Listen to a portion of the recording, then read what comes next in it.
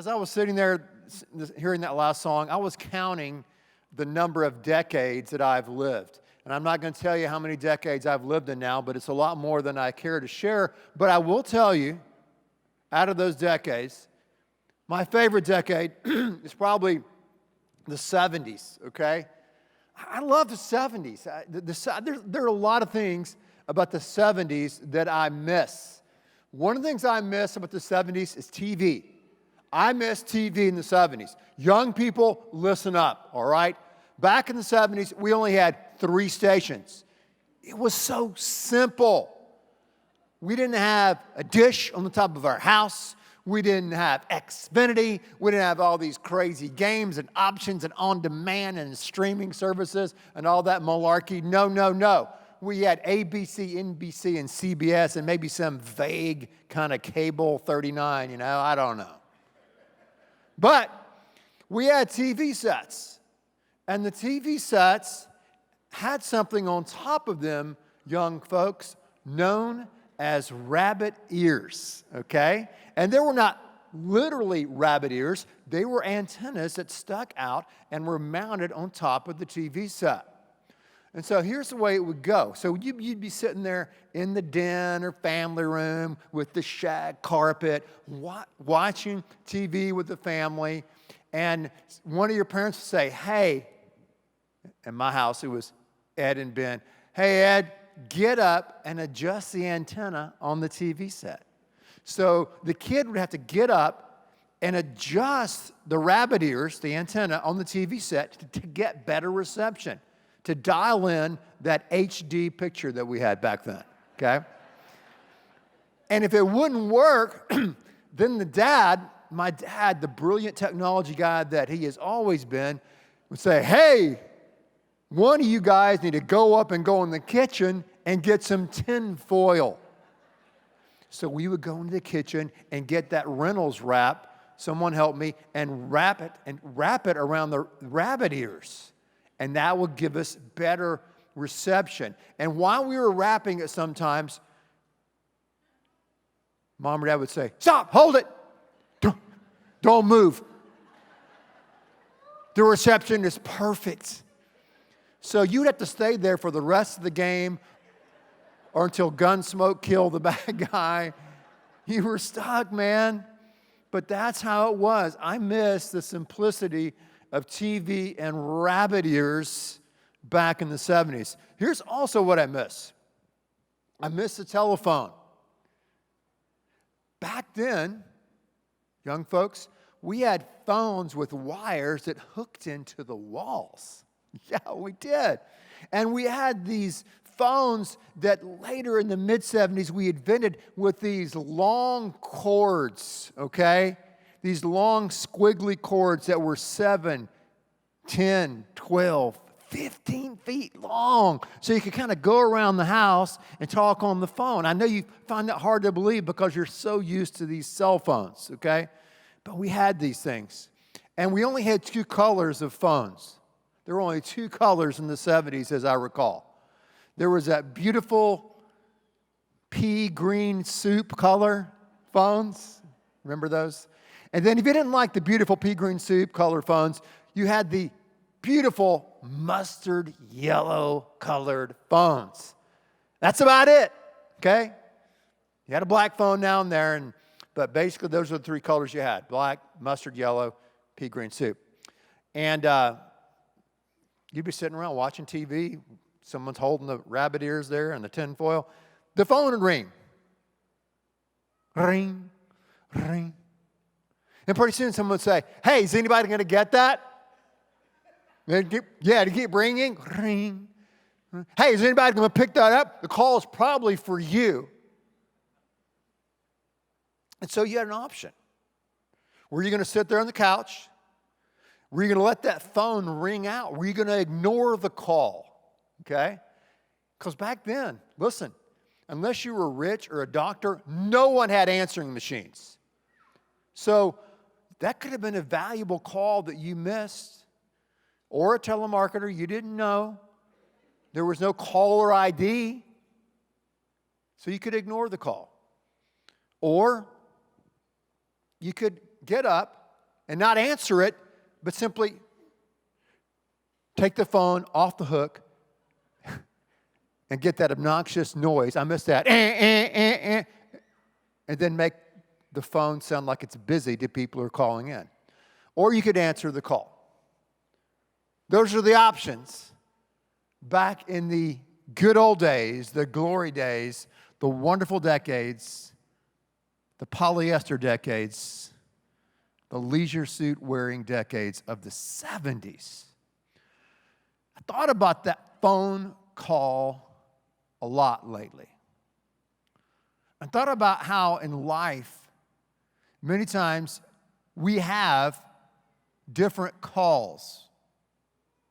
And many times in life, you'll talk to people, they'll say, you know what?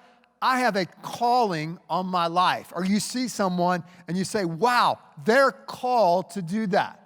Or if you look at the history of our country, you look at the history of the great state of Texas, you'll see men and women that were called to do certain unbelievable and sacrificial tasks. They saw a need. They heard a cry,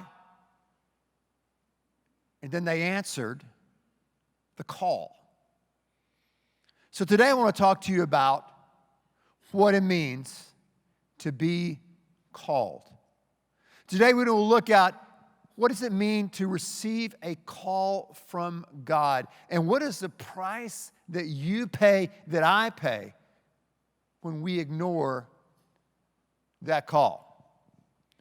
Put that thought on hold for a second as we open our Bibles today to the second book in the Bible, the book of Exodus. Let's look at Exodus chapter number 3.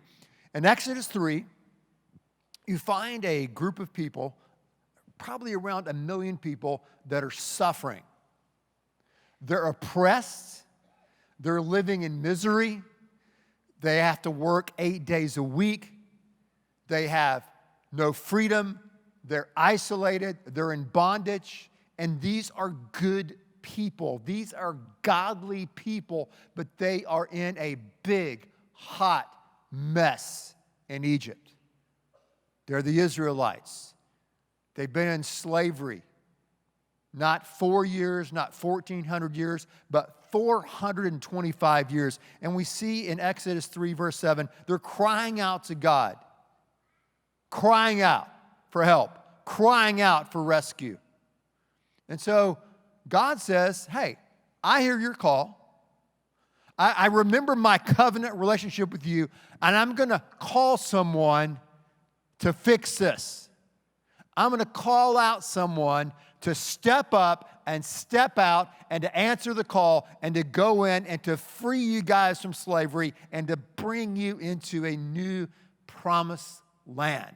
And the guy that God taps, the guy that he calls,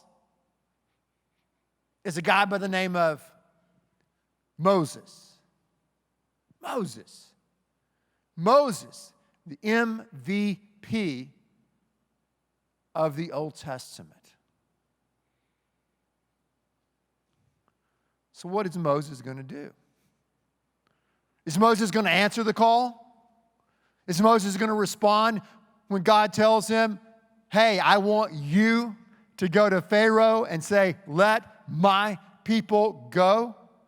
What is Moses going to say? Look at Exodus 3, verse 11. Check it out. But Moses said to God, who am I that I should go to Pharaoh and bring the Israelites out of Egypt?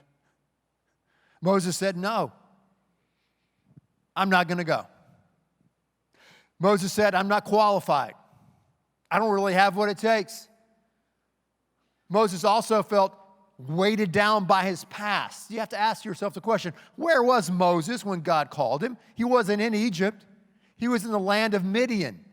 Moses was on the run because Moses had killed a man. He saw an Egyptian taskmaster mistreating an Israelite, and he went and he killed this Egyptian and hid him under the sand. But as the winds blew, you could see the guy's toe, his foot, and he was discovered to be the murderer. So Moses was on the lam. He was on the run, living in Midian, working for his father-in-law, in their ranching business, and his father-in-law was named Jethro.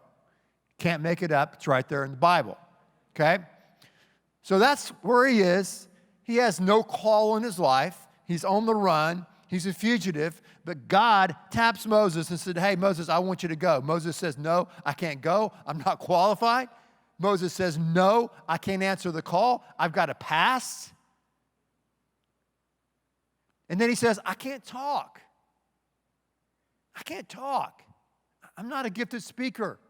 You want me to stand up in front of 1 million people and lead them out of bondage? God, that's not me. So Moses goes from being in the ranching business, working for his father-in-law Jethro, to being in the excuse business. And many times when we hear a call or we feel like we have a call of God on our life, we run from it just like Moses. We think of excuses as to why we can't answer the call. And we miss out on what God has for us. And we miss out on meeting the needs of people who are hurting, that are in misery, just like the Israelites were. He refused to answer the call. Why did he refuse? He had his excuses. But also he was fighting against a force that all of us fight against. Stephen Pressfield is an author and writer. He wrote a book called The Art of War. And he talks about what prevents us in business or in a creative process of getting things done and becoming all that we need to become. And he talks about how he says, right now you're here. This is who you are. And over here is who you can become. And in between who you are and who you can become is this force called resistance. And resistance is the pushback that you feel externally. It's the pushback that you feel internally that sabotages you from answering God's call and becoming who He has called you to be and doing what He has called you to do. It's that evil, ugly monster called resistance. And if we're going to answer God's call upon our life, if we're going to do what we need to do, what God's equipped us to do, then we have to push back and figure out how to defeat resistance. Resistance wants you to give up. Resistance wants you to quit. Resistance wants to remind you that you don't have what it takes, that you have a past, that it's too late for you, and you can't accomplish what God is calling you to do or what you have to do in this moment. We've all got to battle resistance. Moses was struggling with resistance, with the pushback. He had internalized these things, and now he was self-sabotaging, and he could not become the man God wanted him to become. He could not do what God called him to do because he was caving into resistance. God called. Ring, ring, ring, ring, ring. Moses didn't answer the call.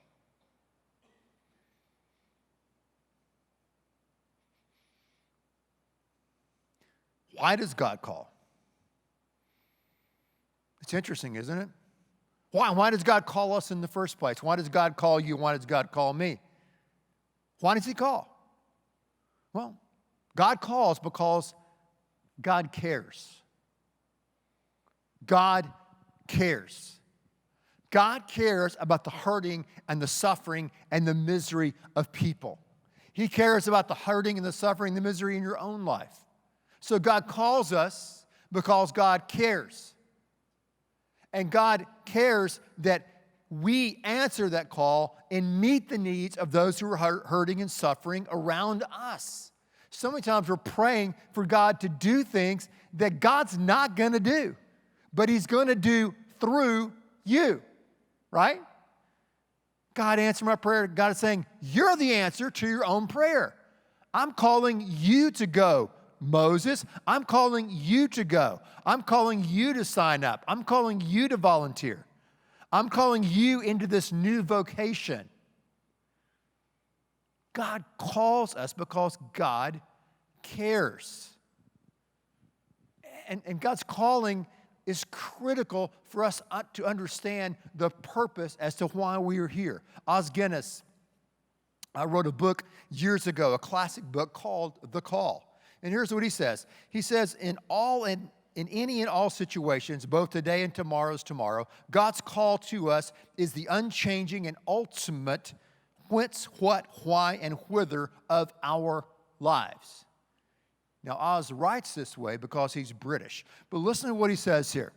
Calling is a yes to God that carries a no to the chaos of modern demands. Calling is the key to tracing the storyline of our lives and unriddling the meaning of our existence in a chaotic world.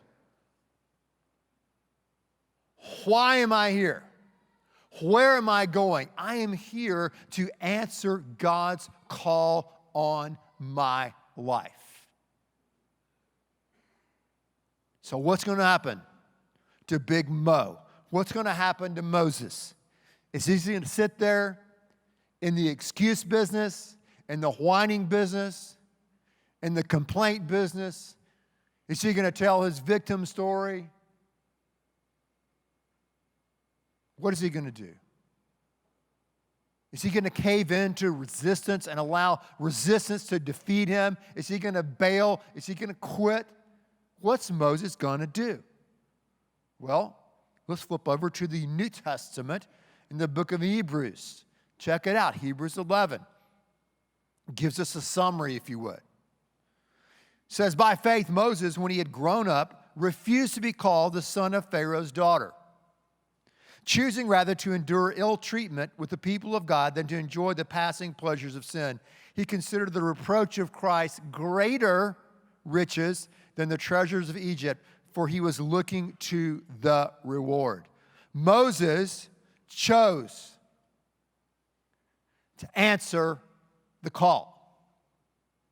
Moses said, God, I'll say yes, because God kept calling. Isn't that great? Have you noticed that in your life? When God's calling you, when God's moving in your life to do something, or God's convicting you of something you're doing that's wrong and you need to turn the other way, God is relentless in his calling. God's patient, but God's relentless, and God kept calling Moses, Moses, Moses, pick up the phone, answer the call, put down the rabbit ears, get off the couch, and answer my call. And Moses answered the call. He forsook his inheritance, the trust fund lifestyle, and said, I'm going to follow God. I'm going to be a freedom fighter. I'm going to be a leader. Though I'm scared, though I'm full of fear, I'm going to follow God. And Moses ended up being one of the greatest leaders in the history of the world. He led 1 million people out of slavery into freedom, into this promised land. How did he do it? He chose to answer the call. God has filled you and filled your life with a massive amount of potentiality. Who you are now and who you can become. But you have to choose to respond and to answer that call. And to take that step of faith, by faith, Moses, by faith, you, and respond to what God is calling you to do. That's the call. That's what Moses did. That's what many of you have done in your life.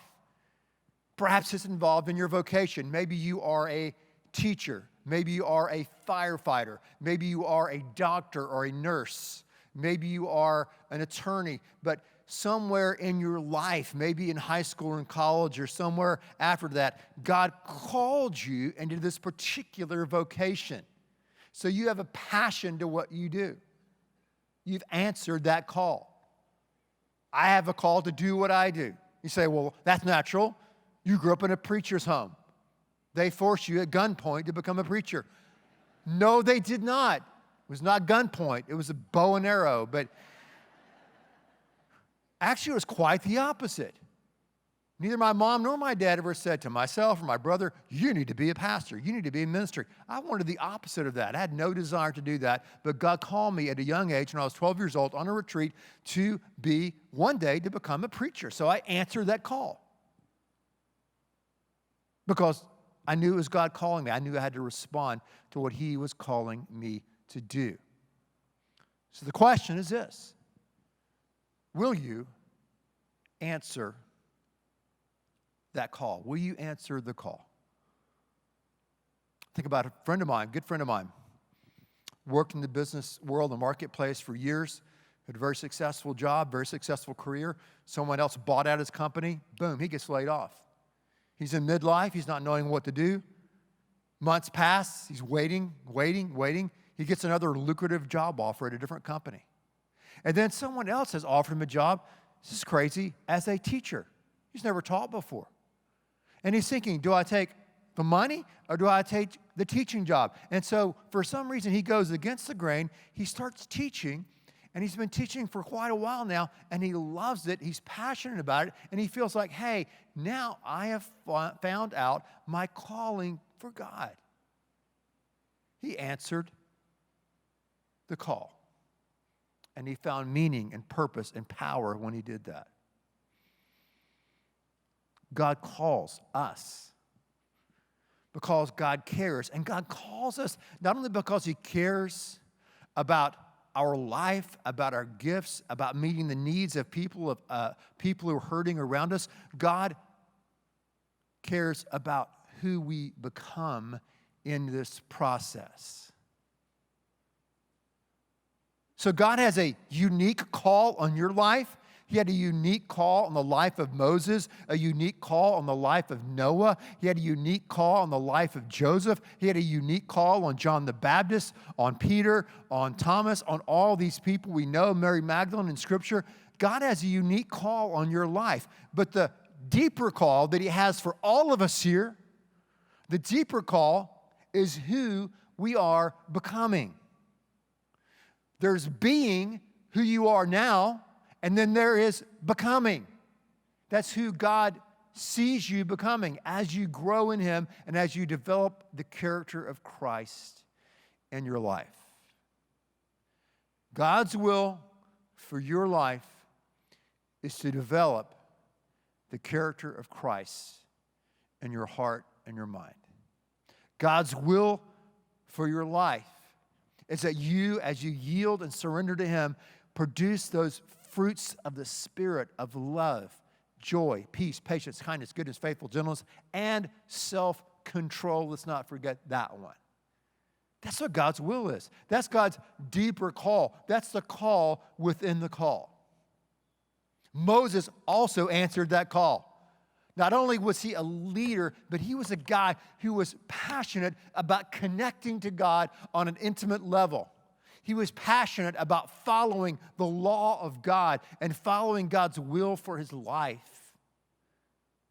What does the passage say in Hebrews 11? He chose, he endured, and he looked ahead to the greater prize that God had for him. Would these temporary pleasures in Egypt, would that have been great? Would that have been fun for Moses? Moses said, yeah, that's fun. That's great. But 10,000 years from now, 1,000,000 years from now, the reward, the eternal reward, is much greater than the temporal reward and pleasures of Egypt.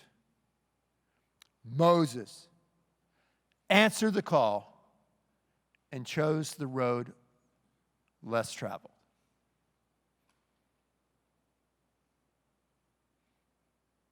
So will you answer that call? I thought about growing up in North Carolina when I was a little kid before we moved to Texas. All our friends, we would play out in the yards, and we'd play basketball in basketball season, football, baseball, hang out, make forts. It was great. We lived in a very small town called Canton, North Carolina. There was a paper mill in the center of the town. Most people worked at the paper mill. You know, we just spewed up toxins up in the air, and the whole place smelled stinky. And It's a really bad place as far as our quality of air. But that's, hey, that's where we were, and that's where we lived, and there's some great people there. And when we were out playing with my friends, when the sun was coming down, it was kind of dusk there in the summer, the different parents would start calling us. So we were neighbors, or we lived the street over, because there were rolling hills and big pine trees. You could kind of hear each other through the echoes. And when a parent would say, hey, come home, and Robert, come home, and Ben and Ed, come home, we could hear them. But there were one friend of ours that we would always remember how his dad would call him. And this friend was named Mike Harkins, which is a pretty cool name. We called him Harkins. And that's a good childhood name. And Mike's dad worked in the paper mill. And so we would all get being called home, and then we would see out there kind of in the shadows a little bitty light, right? And we knew that was Mr. Harkins, Mike's dad, lighting up a Camel Unfiltered, chasing, that after a hard day's work at the paper mill, and chasing it with the Camel Unfiltered. And he would take a big drag at it, and we'd hear him say, Mike. Mike would go, sir, come home. Boom. Mike Harkins would make a beeline, drop everything to go home to be with his dad. Why? Why didn't he answer those other calls? Because Mike's dad was his dad. It was his father. He had a unique voice, a unique call, and Mike knew he had to respond to it ASAP, right? God the Father has a unique call for you. And you will hear that inside of you. And it's my prayer that you answer that call. Let's pray together. Father, I thank you that you continue to call us, God. You continue to call us. You don't call us once, twice, 3 times, 4 times, 5 times. God, you continue to call us. God, I'm so thankful that you continue to call me. Because God, I know there's many times that I don't want to answer the call, that I want to bail, but God, you've been patient with me. God, I believe there's people here today that you're calling in many ways. And God, I pray that they would answer your call. And Lord, others I know you're leading to be a part of this church family. I know that your desire that we all connect to a local church community. So Father, I pray for the young people that are here today. I pray for the families here today who need to stand and come down front and join this, your family, this church. We give you this time of invitation. We ask these things in Jesus' name.